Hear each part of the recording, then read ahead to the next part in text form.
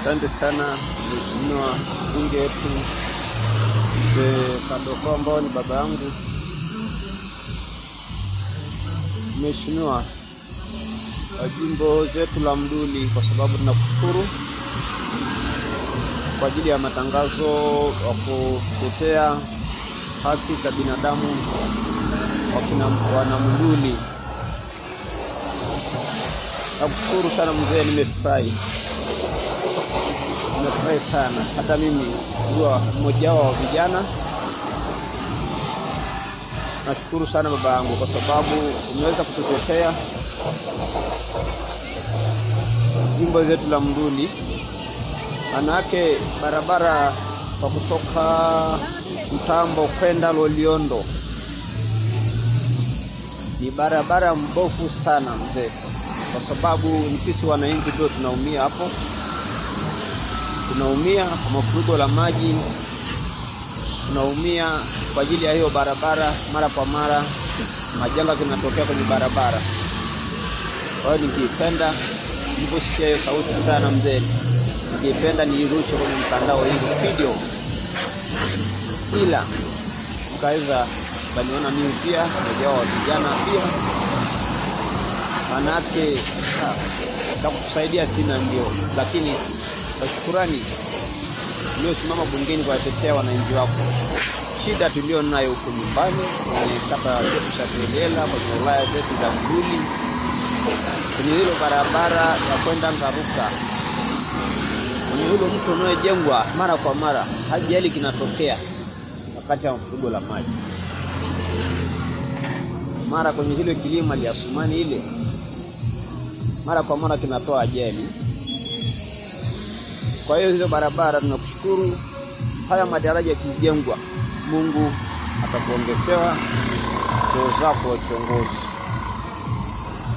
Vinginevyo pia barabara kutoka Selela kwenda Mbashi, sema mheshimiwa, naomba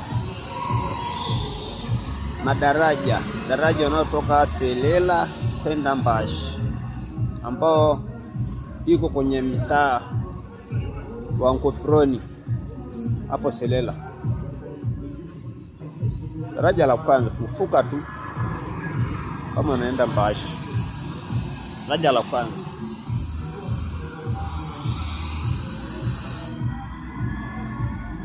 Ningependa pia sijengewe daraja ya muhimu ambao utaweza kadumu kwa muda kidogo, kwa sababu hilo daraja kwa mara linapojengwa tunajengwa tu hata imalizi mwaka. Mvua kidogo kinyesha, barabara kinaporomoka. Kutoka hapo pia kwenda kufika Mbashi,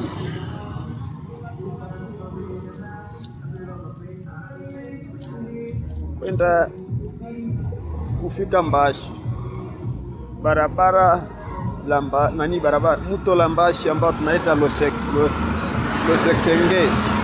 Losekenge.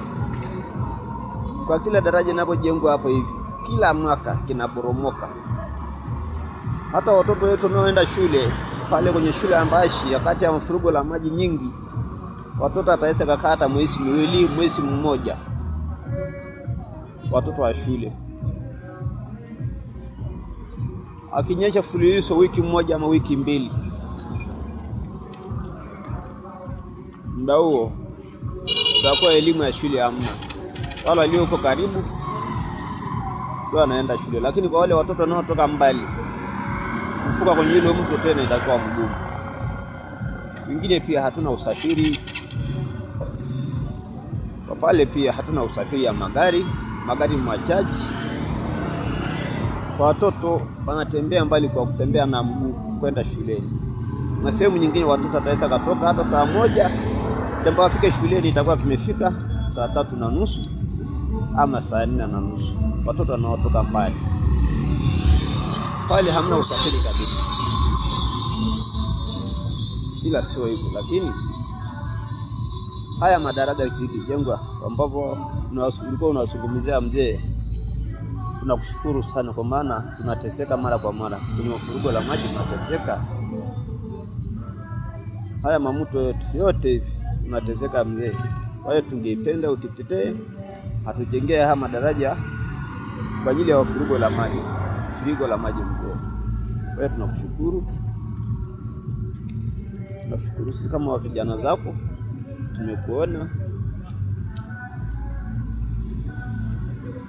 tumekuona mzee, na tunakupa hongera sana kwa kusimama kwa kutetea wanamluli yako. Tunakushukuru.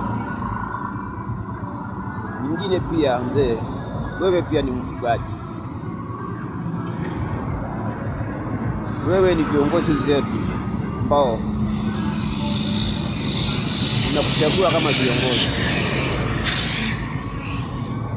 Na changamoto yako kubwa, unajua binadamu, wakiongoza binadamu na changamoto, ila na changamoto pia ya malisho, na changamoto za malisho. Naomba utusaidia mzee kio munu tale rokiyo kiniwoji, kio munu mzee tale rokiyo kiniwoji. Mkila mwaka nakuwa na mfugo, tunakuwa tunafurugana kwa malisho, tunakuwa na furugu ya malisho kila mwaka. Tunapotokea mwaka tunafurugana kwa ajili ya malisho. Alafu kore kulatu mwana wala ara nenti nabo wale kitamu setu ya kambe belega nyapeno kage kajo bi nyunguni oji ngoro aga sinyama mugira na aga longana lino mako kale roja ke yoti yo yamali kale roja ke yo kamla sima bidalo daga sindero mtandaoni mugigira hata ina malalamisho ya malisho tini oji katika Tankatele Burugo Wangate Selela ambao le Burugo olosi mingo o Selela na kila olari ikyo munu ajo kirango tuka mabogen papa kira baba ya mutuka maina bogen.